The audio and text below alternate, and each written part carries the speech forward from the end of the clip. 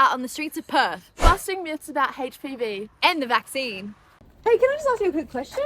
Yeah, sure. So what have you heard about the HPV vaccination? I've heard it's actually not safe. Well, actually, the HPV vaccination is safe. It does not contribute to any serious health issues. But like any vaccine or medicine, you can have some mild reactions. So specifically where the vaccine was administered, so in the arm, you can have some redness or soreness where it went in. But the HPV vaccine has been tested and researched for decades, ensuring that it is safe. I see. I've heard that you can't, it prevents you from having babies. Well, actually, there has been studies showing that there is absolutely no association with the HPV vaccination and infertility. Oh, okay. I've heard if you have it, you show genital warts or similar symptoms. Yeah, so genital warts can be one symptom of HPV. However, a lot of people don't show symptoms at all. Or if they do show symptoms, it can be years later. 9 out of 10 cases will go away by itself within 2 years. So if you do have HPV, it's likely to go away within 2 years. However, you can always spread it to partners without knowing, especially if you don't have any symptoms.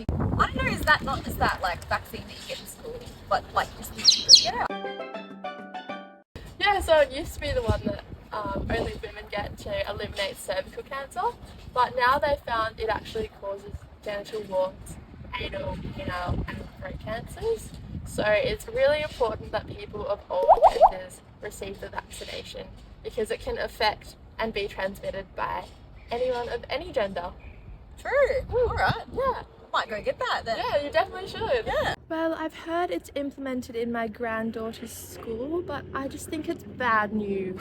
It just increases young people's sexual promiscuity and it's no good. Well, actually, there's been several studies that have looked into this concern, and none of them have showed evidence for any increases in sexual behaviours following the HPV vaccination.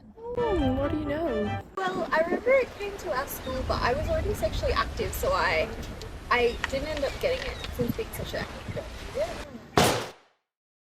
Yeah, well, it's definitely more effective when you get the vaccination before you're sexually active, but that doesn't mean you still can't get it because it still protects you against other strains that you may not have had contact with, and that could be more harmful to you. So it's very important to get the vaccination no matter if you've had sex or not.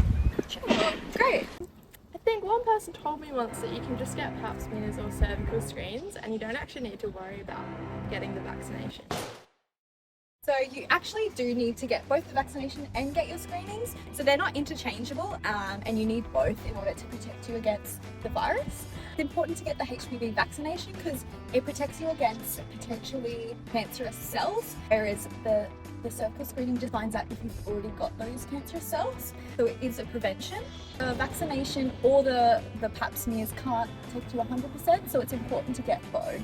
Oh, true. Awesome. Thank you. It's that one that you get in school, right? Yeah. So I didn't end up getting it in school. I think I was away or something. I've been meaning to get it because I heard that you can get it when you're outside of school, but I just thought it might be expensive. So like you said, you can get it in high school if you went to school here in Australia, but if you missed out on it at school, you can get it from your local GP or your pharmacy if you're between the ages of 12 to 25. It's free. It may just incur a slight service fee, but check up when you're booking. Oh, perfect. Yeah. Great.